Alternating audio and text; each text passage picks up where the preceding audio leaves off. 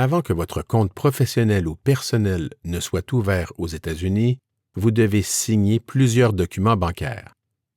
Le premier document est le contrat avec la banque. Il est désigné de diverses façons: Account Agreement, Account Bank Agreement, Bank Account Agreement, Bank Agreement, Bank Deposit Agreement, Bank Services Agreement, Banking Service Agreement, Deposit Account Agreement ou Service Agreement. En plus d'être fort long, rédigé en termes juridiques difficilement compréhensibles et imprimé en caractères minuscules, ce contrat n'est pas négociable. Donc, dans la vraie vie, personne ne le lit. Parmi ces nombreuses dispositions, le contrat prévoit que, tout comme vous, la banque peut fermer le compte sans préavis ou motif à fournir.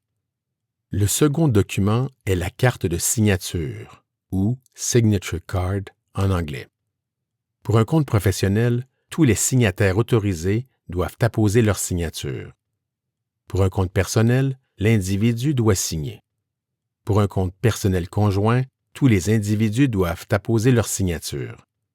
La carte de signature permet tout simplement à la banque de comparer les signatures avec celles qui seront apposées sur les futurs documents bancaires tels les chèques. Dans le cas d'un compte professionnel, le troisième document est la résolution bancaire.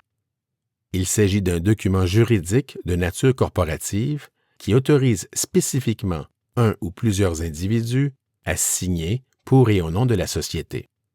Généralement, les signataires autorisés d'une société américaine sont l'un ou plusieurs de ses administrateurs ou officiers, président, vice-président, secrétaire, trésorier, PDG, etc.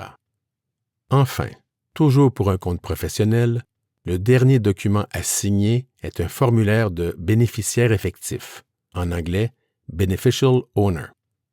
Dans ce formulaire, les signataires autorisés doivent répondre à une série de questions visant à déterminer l'identité réelle du ou des bénéficiaires effectifs du compte bancaire. Rappelez-vous les obligations de divulgation imposées aux banques par les diverses lois américaines, notamment le Bank Secrecy Act et le USA Patriot Act.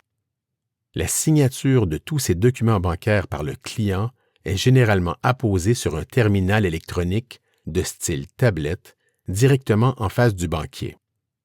Il s'agit d'une façon pour le service de conformité de la banque de s'assurer que le client est bel et bien présent en succursale lors de la signature. Par conséquent, la signature de formulaires bancaires sous forme papier est de plus en plus rare. D'autre part, la signature du client doit être apposée sur la ligne prévue à cet effet. En Europe, il semble que l'emplacement de la signature importe peu pourvu qu'elle soit apposée quelque part sur le document. Aux États-Unis, la signature doit obligatoirement être apposée sur la ligne prévue à cet effet. À défaut, le document est présumé non signé.